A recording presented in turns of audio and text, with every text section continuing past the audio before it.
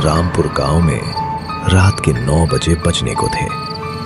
गांव के हर कोने से एक अजीब सी घंटी की आवाज गूंज रही थी। 9 बजे बजने वाले हैं, सभी लोग अपने घरों में चले जाएं, कोई भी बाहर न रहे। सरपंच विक्रम सिंह बोला, सब लोग घर पहुंच गए ना?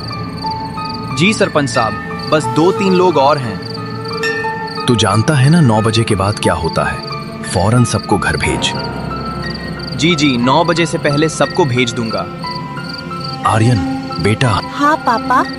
9 बजे बजने वाले हैं, जाकर सारी खिड़कियां बंद करो और दरवाजों पर नमक की लकीर बना दो।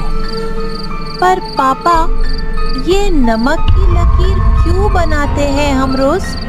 बेटा, ये हमारी सुरक्षा के लिए है। जल्दी जाओ। गांव की दुकान पर। अरे काकी, एक चाय तो बना दे।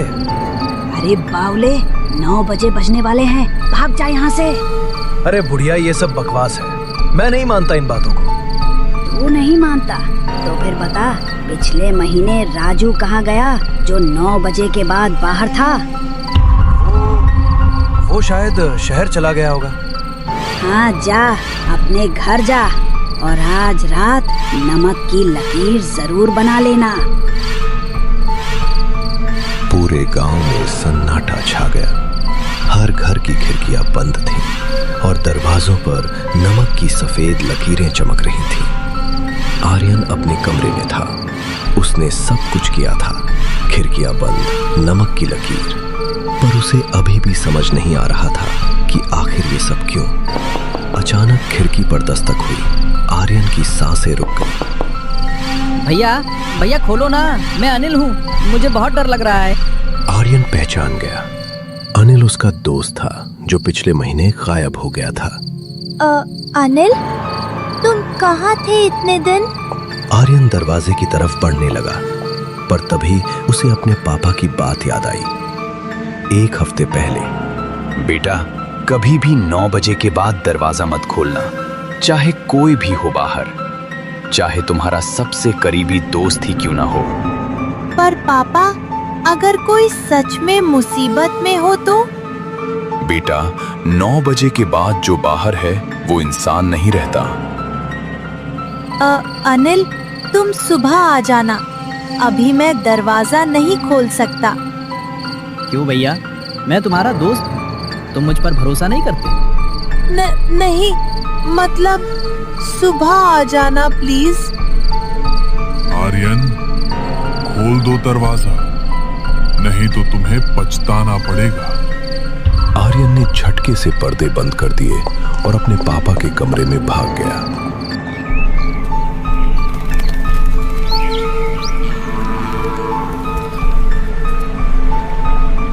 सूरज निकल चुका था। विक्रम सिंह और आर्यन बाहर निकले।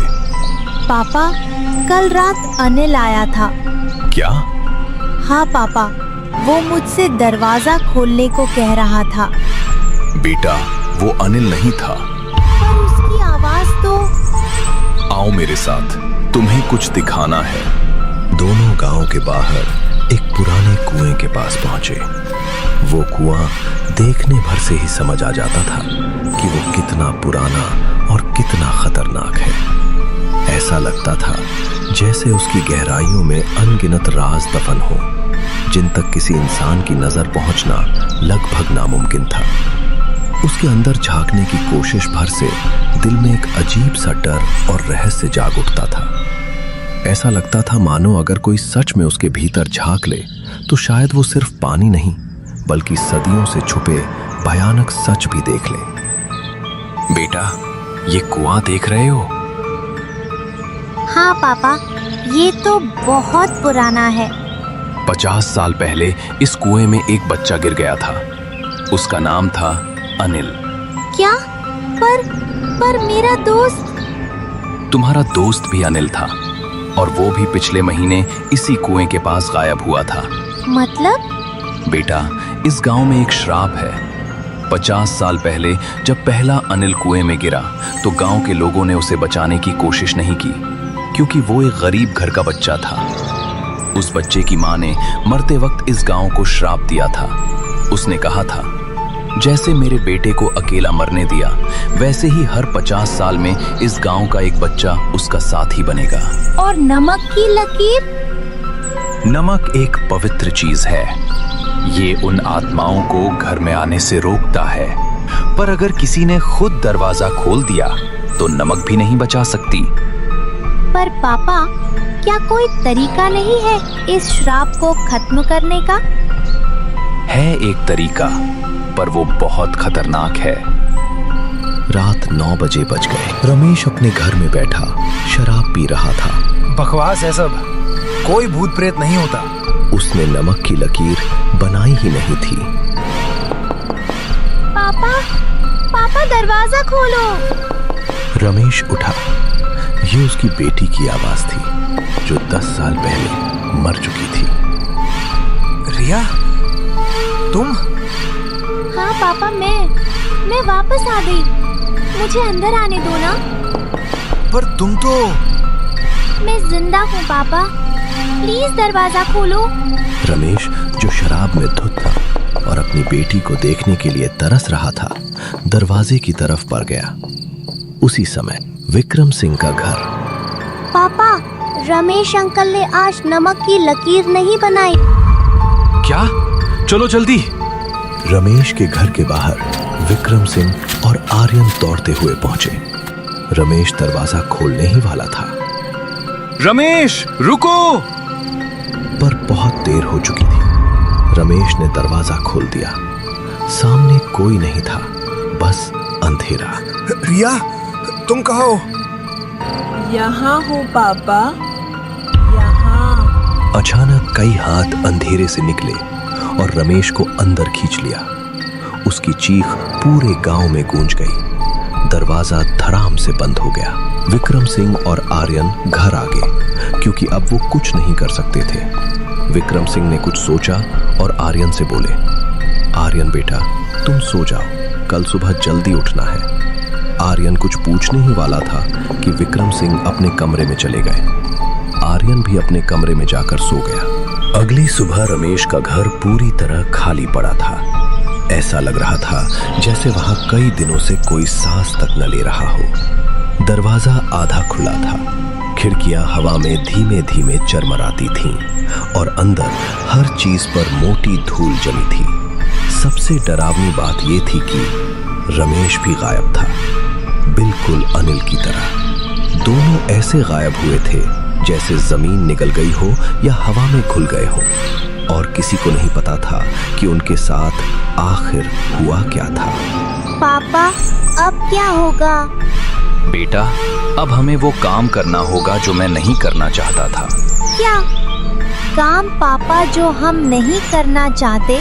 मुझे कुछ समझ नहीं आया। हमें उस कुएं में उतरना ही होगा, चाहे जितना अंधेरा और खतरनाक क्यों न हो। अनिल को बिना शांति दिए हम पीछे नहीं हट सकते।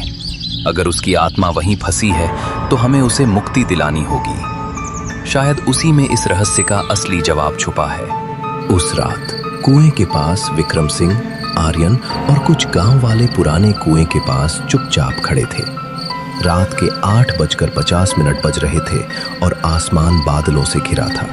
थोड़ी थोड़ी हवा चल रही थी, जो पेड़ों की पत्तियों को इस तरह हिला रही थी जैसे कोई अदृश्य हाथ उन्हें छू रहा हो। कुएं के आसपास घना अंधेरा फैला था और पूरा माहौल एक डरावनी खामोशी ओढ़े हुए था। सबकी नजरें कुएं की गहराई पर टिक गईं, क्योंकि आज कोई रहस्य खुलने वाला था। याद रखना, हमारे पास सिर्फ 10 मिनट हैं। 9 बजे बजने से पहले हमें वापस आना होगा।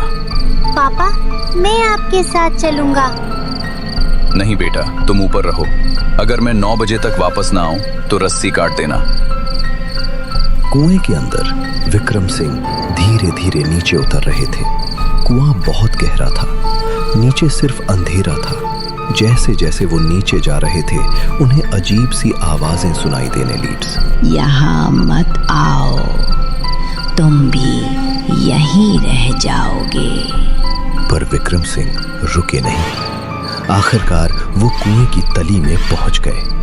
वहां पानी नहीं था, बस एक छोटा सा कंकाल पड़ा था, एक बच्चे का। मुझे माफ करना बेटे, हम सब गुनहगार हैं। नहीं, अब तू नहीं बचेगा। तुझे सच में लगा कि तू इतनी आसानी से यहाँ वापस आ सकता है? कितनों को चेतावनी दी थी, फिर भी 9 बजे के बाद बाहर निकले, और सबका अंजाम तू जानता है। और अब तू भी वही गलती दोहरा रहा है। इतना सब देखने के बाद भी हिम्मत करके इस जगह आने की सोची? क्यों आया? किस लिए? क्या चाहता है? मुझे माफ कर दो। मैं जानता हूं हमने बहुत बड़ा अपराध किया है।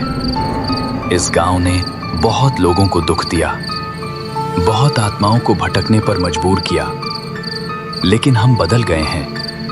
आज हम डरकर नहीं, गलती सुधारने आए हैं। कृपया उन्हें माफ कर दो, वरना ये गांव कभी सांस नहीं ले पाएगा। माफ? इतनी आसानी से? वो रातें जब कोई चीख भी नहीं सकी, वो लोग जो लौट कर भी जिंदा नहीं रहे, उन दर्दों का हिसाब कौन देगा? तुम? अगर हिसाब चाहिए तो ले लो, लेकिन इस गांव को एक आखिरी मौका दो।